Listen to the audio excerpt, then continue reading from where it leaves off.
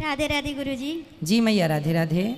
आपकी चरण में शत शत कोटि कोटि प्रणाम। खुश रहिए। मैं कुछ कहने के लिए आई हूँ आज।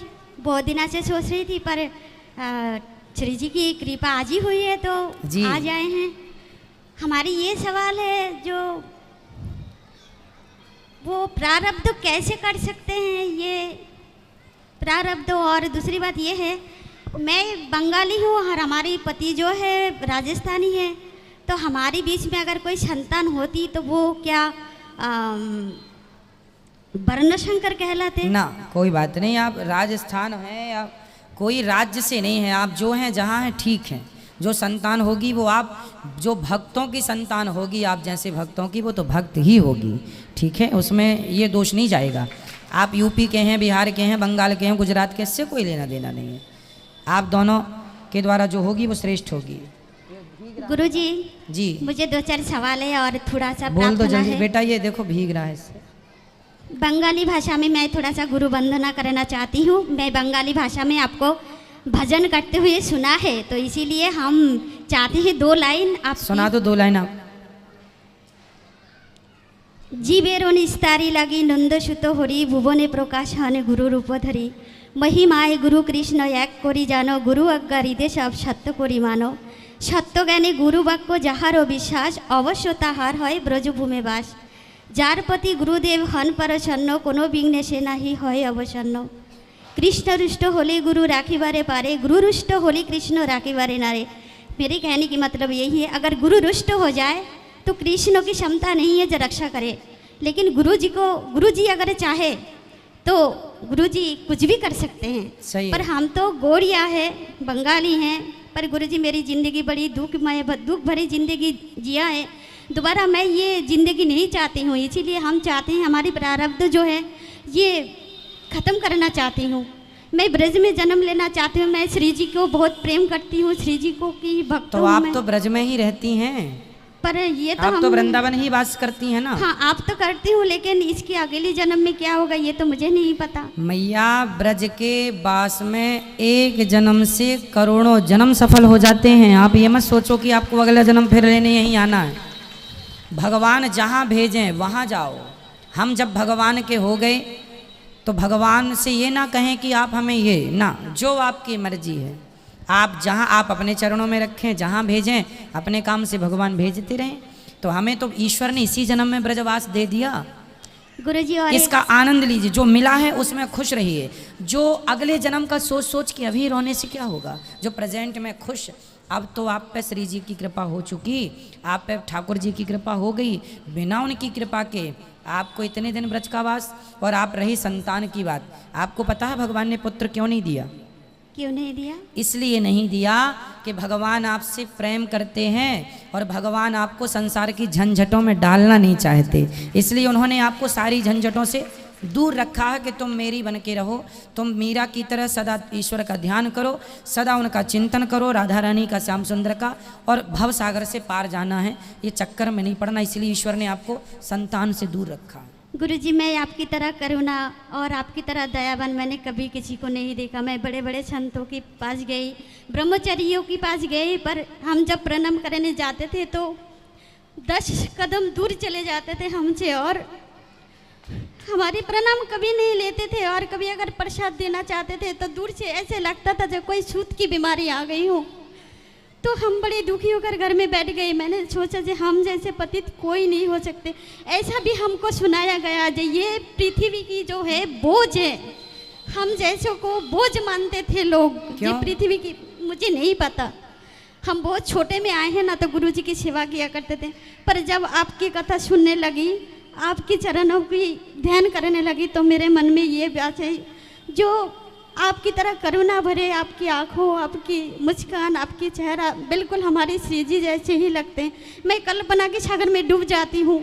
कभी कभी आपको श्री जी की मूर्त में देखती हूँ और मैं सजाती हूँ, 2 चुटियाँ बनाती हूँ, फिर कुमकुम चंदनों से सजाती हूँ, फिर दुपट्टा उड़ाती हूँ, और उसके बाद फिर बहुत सारी अलंकार से अलंकृत करती हूँ। फिर पैरों में घुंघरू पहनाती हूँ, पायजेब पहनाती हूँ, हाथों में चूड़ियाँ और घाघरा पहना के फिर मैं राधा रानी के रूप में आपको देखती हूँ। और मैं आपको गुरुजी क्यों कहती हूँ, इसकी भी एक कारण है।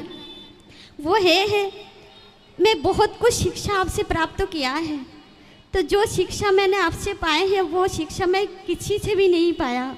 मैं ग्रंथ तो पढ़ी तो थी, लेकिन वो ज्ञान हम प्राप्त नहीं कर पाया जो ज्ञान मैं आपसे प्राप्त किए हैं। आज मैं अगर यहाँ खड़ी हूँ तो ये आपकी कृपा है। मैं गिरिराज परिक्रमा दे के आई हूँ, ये आपकी कृपा है। आपकी जो कथा वो गूंजते रही मेरे कान में और मेरे मन में राधा रानी की रूप दर्शन करते रहे और मेरी पैर चलते रहे और मैं झूमते झूमते परिक्रमा लगाए।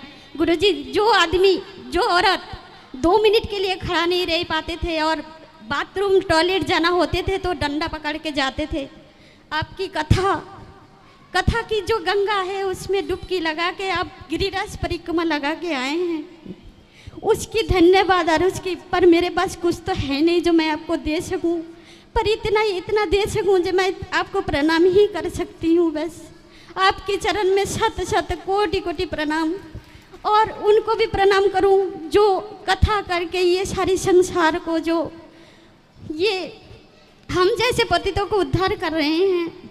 गुरुजी, आप तो सबको कथा सुनाते, मैं आपको 2 लाइन एक कथा सुनाना चाहती हूँ। सुनाइए। कथा ऐसा है, बैकुंठ में एक संतो, उन्होंने जब मृत्यु लोक में देखा जे बहुत सारी जो कुष्ठ रोगी से ग्रस्तित हैं, तो वो कोई सब हीन नज़रों से देखा करते थे। उनको कोई नहीं देखता था, प्यासा भूखा, ना घर है ना कपड़ा है ना खाने के लिए कुछ है। बस वो देखकर वो संत भगवान से कहा, जय भगवान, हम मृत्यु लोक में जाना चाहते हैं पर आपकी तरह है भगवान। कहा ठीक है जाओ, आप जैसे कहते हो मैया रहना है रह लो, जाना है जाओ, ऐसे भगवान भी कह दिया जाओ। तो उन्होंने आए और आके एक संतों की भेष लेकर वो पूरा कुष्ठ रोगियों को इकट्ठा किया, एक कुटिया बनाया, फिर उसमें रख लिया और रख कर फिर उनकी सेवा करने लगी। उनको नहलाना, उनको भीख मांग के लाके उनको खिलाना, फिर लता पताओं से दवा बना के उनको घाव में देना। फिर कितनी करुणा है। इसी तरह आप ये संसार को जो दे रहे हैं, इसके बदल में तो हम सब कुछ भी नहीं कर सकते आपके लिए। तो ये आप वहाँ से आए हैं और पता नहीं आप कौन हो, ये मुझे नहीं पता, पर आप मुझे श्री जी लगते हो। 3 रूप है। जब आप मैया कहते हो तब मुझे लगता है जी आप मैं आपको बेटा कह के बुलाऊं, लेकिन मैं हिम्मत नहीं कर पाती हूँ। नहीं, मैं आपका बेटा ही हूँ। मैं हमेशा आपको मैया कहता हूँ ना। गुरुजी, आप मेरी माँ ही हो, मैं आपका पुत्र हूँ। भले जन्म नहीं लिया तो क्या हुआ, पर पुत्र तो हूँ। हाँ गुरुजी, देखिए बात करने भी नहीं दे रहे हैं। हाँ करो, आप कोई दिक्कत, बैठो यहाँ। तो मेरी कहने की ये मतलब है, मेरी सारी ज़िंदगी बहुत दुख भरी थी, वो गुजर गए और अभी मैं बहुत सुखी हूँ। और मैं अपने पति के साथ में बड़ी अच्छी थी। मेरे पति थक गए थे उस दिन परिक्रमा लगाते लगाते। मैं आज काल में गोकुल दर्शन करे आए, पर पूरी रास्ता में आपकी कथा मेरी कान में हमेशा गुजरती। और ऐसे मुझको एक सवाल है, जो प्रारब्ध कैसे काटते हैं। और दूसरी प्रश्न ये है, जो हम जब कथा सुनते हैं तो जाप नहीं कर पाते हैं, जाप करते हैं तो फिर कथा नहीं सुन पाते हैं। कोई ये बात बड़ी नहीं, समस्या में पड़ नहीं, गए। ऐसा करना भी नहीं चाहिए। कई लोग कथा सुनते समय जाप करते हैं, वो गलत करते हैं, वो गलत होता है। क्यों?